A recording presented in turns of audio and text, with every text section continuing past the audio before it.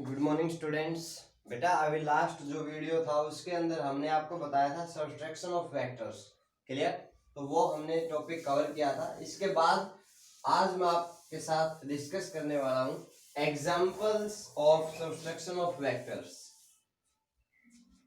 सबसे पहले आज है हमारे पास एग्जांपल्स ऑफ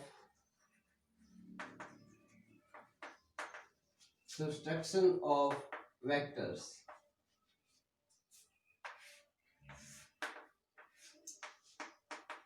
पहला एग्जांपल देखिए, अगर हम ये लेकर चले कि हमारे पास एक पार्टिकल है और उस पार्टिकल का कुछ लीनियर मोमेंटम है और आपको पता है लीनियर मोमेंटम एक वेक्टर क्वांटिटी है।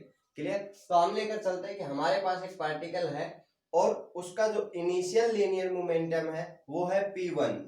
वो इस तरीके से स्ट्राइक करता है p1 लीनियर मोमेंटम से किसी भी वाल पर और वो वाल उसको रिबाउंड बैक करती है, यानी कि वापस उसी डायरेक्शन में भेज देती है। Clear?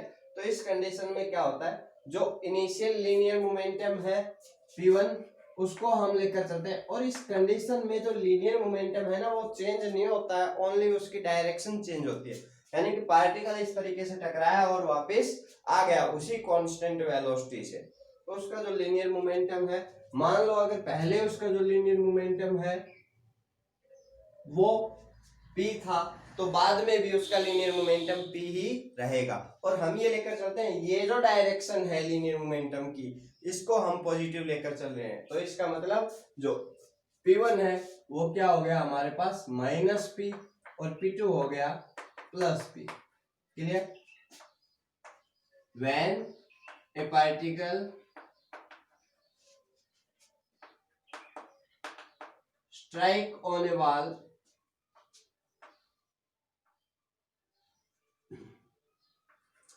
and direction of its linear momentum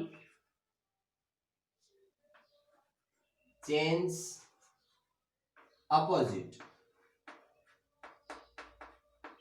then change in linear momentum। जो लीनियर मोमेंटम के अंदर जो चेंज आएगा वो कितना होगा ये हमें कैलकुलेट करना है, जिसको मैं डेल्टा p से लेकर चल रहा हूं। अभी देखिए लीनियर मोमेंटम के अंदर जो चेंज आएगा डेल्टा p वेक्टर वो क्या होगा भाई, final linear momentum minus initial linear momentum. Clear? यानी कि यहां से हम क्या कह सकते हैं कि भाई फाइनल लीनियर मोमेंटम क्या है हमारा p minus initial linear momentum कितना है हमारा -p। क्लियर? क्योंकि इस समय मैं लेकर चल रहा हूं कि जो p2 है वो हमारे पास पॉजिटिव है, तो सिंपल सी बात है जो p1 होगा वो नेगेटिव होगा और लीनियर मोमेंटम के मैग्नीट्यूड में कोई चेंज नहीं आ रहा है, ओनली उसकी डायरेक्शन में चेंज आ रहा है। क्लियर? इस तरीके से टकराकर वापस आ गया। तो यहां से हमारे पास जो डेल्टा p वेक्टर है वो क्या आ गया 2p। क्लियर? तो this is the change in linear momentum of the particle. ये हमारे पास पहला एग्जांपल है। अगर हम दूसरे एग्जांपल की बात करें, मान लो हमारे पास एक पार्टिकल है और वो सर्कुलर मोशन में मूव कर रहा है। क्लियर? और हाफ रिवॉल्यूशन के बाद एक कांस्टेंट स्पीड से मूव कर रहा है, हाफ रिवॉल्यूशन के बाद उसकी स्पीड के अंदर या उसकी वेलोसिटी के अंदर जो चेंज आएगा वो हमें कैलकुलेट करना है। तो देखिए अभी ये हमारा एक पार्टिकल है और वो इस सर्कुलर मोशन में मूव कर रहा है। हम ये लेकर चलते हैं, मान लो यहाँ पर वेलोसिटी है v1। क्लियर? जो कि v के बराबर है। अब हाफ रिवॉल्यूशन के बाद इस पॉइंट पर आपको पता है कि भाई सर्कुलर मोशन के दौरान किसी भी पॉइंट पर अगर आपको वेलोसिटी की डायरेक्शन चेक करनी है तो आप उस पॉइंट पर टेंजेंट ड्रॉ कीजिए। क्लियर? तो यहाँ पर हमने टेंजेंट ड्रॉ किया, ये हो गई उसकी इनिशियल वेलोसिटी v1 और ये हो गई उसकी फाइनल वेलोसिटी। अभी हमने कहा कांस्टेंट स्पीड से मूव कर रहा है, इसका मतलब उसकी जो वेलोसिटी है उसका मैग्नीट्यूड तो v ही रहेगा, लेकिन उसकी डायरेक्शन क्या हो गई, बिल्कुल अपोजिट। और इस कंडीशन में ध्यान रखना हम ये लेकर चल रहे हैं कि फाइनल वेलोसिटी को हम पॉजिटिव से डिनोट कर रहे हैं और इनिशियल वेलोसिटी को हम नेगेटिव से डिनोट कर रहे हैं। तो हमारे पास जो चेंज इन वेलोसिटी आएगा वो कितना हो जाएगा, final velocity minus initial velocity. अभी यहाँ से फाइनल वेलोसिटी हमारी v माइनस इनिशियल वेलोसिटी हो गई हमारी माइनस v, यानी कि total change in velocity is equals to 2v। Clear. एक थर्ड अगर हम यूज करें यहाँ पर तो देखिए तीसरा जो एग्जांपल है वो क्या है, अगर मान लो हमारे पास एक आदमी है और वो नॉर्थ डायरेक्शन में एक स्पीड से मूव कर रहा है, v1 स्पीड से मूव कर रहा है। क्लियर। उसके बाद अचानक से क्या होता है, वो अपनी जो डायरेक्शन है इसी कांस्टेंट स्पीड से मूव करेगा लेकिन अपनी डायरेक्शन चेंज कर देता है और वो ईस्ट की तरफ मूव करना स्टार्ट कर देता है। इधर ईस्ट की तरफ उसने मूव करना स्टार्ट कर दिया। इस वेलोसिटी, इस वेक्टर को, वेलोसिटी वेक्टर को मैं यहाँ भी रिप्रेजेंट कर सकता हूँ और कांस्टेंट स्पीड से जितनी वेलोसिटी यहाँ थी उतनी वेलोसिटी यहाँ होगी लेकिन डायरेक्शन चेंज हो गई। तो यहाँ से ये जो v2 है हमारे पास, ये भी क्या है, v है। हमें कैलकुलेट करना है velocity of change in the velocity of the man, आदमी की जो वेलोसिटी है उसके अंदर कितना चेंज आया। तो ध्यान रखना क्या लेकर चलेंगे हम कि भाई final velocity minus initial velocity. हम ये मानकर चल रहे हैं माइनस v1 करना है। अभी ये क्या है, पॉजिटिव v1 है, हमने इसकी डायरेक्शन नेगेटिव ले ली, दिस इज माइनस v1 और इसका मैग्नीट्यूड भी कितना है, v है। अभी अगर हमें कैलकुलेट करना है v2 माइनस v1, यानी कि इसको मैं क्या लिख सकता हूँ, v2 प्लस माइनस v1। यानी एक तरीके से हमें क्या करना है, ये जो v2 वेक्टर है इसके अंदर v1 वेक्टर को माइनस ऑफ v1 वेक्टर को यानी v1 के नेगेटिव वेक्टर को ऐड करना है। अभी हम ऐड करते हैं तो यहाँ पर हमारे पास क्या आ जाएगा, v2 माइनस v1, यानी जो रिजल्टेंट वेक्टर आएगा which is change in velocity वो इन दोनों के बिटवीन होगा। क्लियर। और जो डेल्टा v है वो हमारे पास यहाँ से क्या हो जाएगा, देख सकते हैं आप, under the root v1 square plus v2 square plus 2v1 v2 cos theta, formula हमें पता है। तो यहाँ से जो डेल्टा v है वो हमारे पास क्या हो गया, अंडर द रूट, अभी दोनों के बीच एंगल आप देख सकते हैं v1 और v2 के बीच एंगल 90 है, cos 90 जीरो हो जाएगा, यानी कि ओनली क्या आ गया, v1 square plus v2 square. अब हमें पता है कि भाई v1 और v2 का अगर हम मैग्नीट्यूड की बात करें तो दोनों ही क्या है, बराबर है। अब दोनों की वैल्यू हम यहाँ पुट करेंगे तो क्या हो जाएगा, v square plus v square complete का अंडर द रूट, यानी कि 2v स्क्वायर का अंडर द रूट, यानी कि root 2v। This is the change in velocity. Velocity के अंदर ये चेंज आएगा हमारे पास। क्लियर। और अगर हम इसकी डायरेक्शन भी कैलकुलेट करना चाहते हैं कि रिजल्टेंट वेक्टर किसी भी वेक्टर के साथ मान लो v1 या v2 वेक्टर के साथ कितना एंगल बनाएगा, तो यहाँ से हम कैलकुलेट करेंगे tan बीटा। अभी tan बीटा की वैल्यू क्या हो जाएगी, यहाँ से इस तरीके से हम ड्रॉ कर सकते हैं, ये हमारा v2 है तो ये हो गया v2 अपॉन v1, लेकिन हमें पता है दोनों का मैग्नीट्यूड बराबर है, then v by v which is equals to 1। अब tan बीटा की वैल्यू 1 है, यानी कि बीटा कितना हो गया हमारा 45 डिग्री। क्लियर। तो ये हमने कुछ एग्जांपल बताए आपको जो कि ओनली किस पर बेस्ड है, सब्सट्रैक्शन ऑफ वेक्टर्स पर बेस्ड है। क्लियर। अभी इसके बाद हमारा टॉपिक आता है relative velocity in a plane.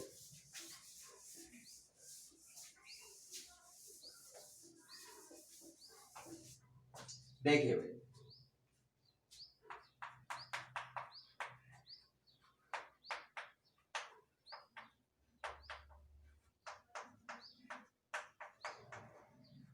Relative velocity in a plane. अगर हमारे पास दो वेलोसिटी वेक्टर है, क्लियर, तो इससे पहले आपने पढ़ा ओनली वन डायमेंशन के अंदर, अगर एक वेलोसिटी इधर है दूसरी वेलोसिटी इधर है, क्लियर, तो आपने रिजल्टेंट वेलोसिटी या relative velocity with respect to another calculate किया था। ठीक है। अभी इसके अंदर हमें क्या करना, प्लेन के अंदर वेलोसिटी है। तो देखिए ये हमारा वेलोसिटी वेक्टर है va, ये हमारा वेलोसिटी वेक्टर हो गया vb, इन दोनों के बीच एंगल है थीटा।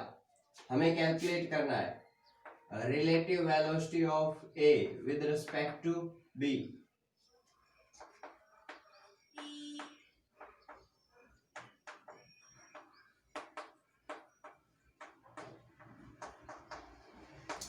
एक बात ध्यान रखना, जब भी आपको इस टाइप की कंडीशन मिले आपको ध्यान देना है किस पर, विद रिस्पेक्ट टू, किसके रिस्पेक्ट में आप वेलोसिटी जो है वो कैलकुलेट करें। हम बी के रिस्पेक्ट में वेलोसिटी कैलकुलेट करें तो सबसे पहले आपको बी को क्या करना पड़ेगा, रेस्ट में करना पड़ेगा। क्लियर। अभी जो ये है हमारे पास velocity of A with respect to B, इसको हम क्या लिख सकते हैं, velocity of A minus velocity of B. अभी यहां से इसको मैं इस तरीके से भी लिख सकता हूं कि velocity of A plus negative of velocity of B. Clear. अब अगर हमें यहां पर करना है तो देखो हम क्या कर सकते हैं, ये हमारा वेलोसिटी वेक्टर है ए वेक्टर, ये जो वेलोसिटी वेक्टर बी है इसको मैं यहां बना लेता हूं, ये है वेलोसिटी वेक्टर बी। क्लियर। लेकिन अगर मैं यहां पर डिनोट करता हूं तो सिंपल सी बात है, ये जो वेलोसिटी वेक्टर होगा ये क्या होगा, velocity vector A plus B. लेकिन हमें कैलकुलेट करना है velocity vector A plus minus of B, तो हमें इस वेलोसिटी वेक्टर बी का नेगेटिव लिया, ये क्या है हमारा माइनस ऑफ वी बी। अभी यहां से आप देख सकते हैं कि ये जो वेलोसिटी वेक्टर है ये जो वेलोसिटी है बी, बी ऑब्जेक्ट एक तरीके से रेस्ट में आ गया है। क्लियर। अब हमें कैलकुलेट करना है velocity of A plus minus velocity of B, तो according to triangle law of accreditation ये जो है ये किसको रिप्रेजेंट करेगा, velocity of A with respect to B. इसको हम यहां भी डिनोट कर सकते हैं, this is velocity of A with respect to B. अभी ए और बी के बीच में एंगल हमारे पास क्या था, थीटा था। ये जो एंगल है ये हमारे पास थीटा था, तो सिंपल सी बात है ये जो कंप्लीट एंगल आएगा यानी वेलोसिटी ऑफ ए और velocity of negative of B के बीच का जो एंगल है ये एंगल हमारे पास होगा 180 माइनस थीटा। क्लियर। अब इसके बाद हमें कैलकुलेट करना है कि जो भी हमारे पास रिलेटिव वेलोसिटी आ रही है, रिलेटिव वेलोसिटी यानी कि relative velocity of A with respect to B, इसका हमें मैग्नीट्यूड कैलकुलेट करना है। तो मैग्नीट्यूड को कैलकुलेट करने के लिए सिंपल सा हमारे पास फॉर्मूला है, और वो क्या है, under the root V A square plus V B square plus 2va V B cos और उनके बीच का एंगल। तो यहां से हम क्या लिख सकते हैं, V A square plus V B square plus 2va V B cos, अभी जो एंगल है वो हम क्या लिखेंगे, कॉस 180 माइनस थीटा।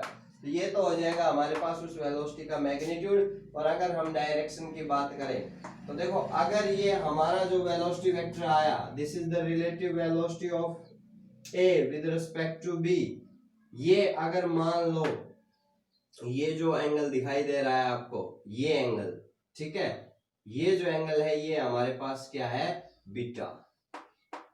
अगर ये एंगल हमारे पास बीटा है, क्योंकि जो हमारा रिजल्टेंट वेक्टर है वो ए वेक्टर के साथ कितना एंगल बना रहा है, बीटा, तो यहां से जो tan बीटा है वो क्या आ जाएगा हमारे पास, वीबी साइन ए और बी के बीच एंगल कितना है 180 minus theta upon V A plus VB cos 180 minus theta. Clear. ये जो है इस फॉर्मूले से हम क्या कर सकते हैं, वेलोसिटी की डायरेक्शन भी बता सकते हैं, जो भी हमारे पास रिलेटिव वेलोसिटी आएगी।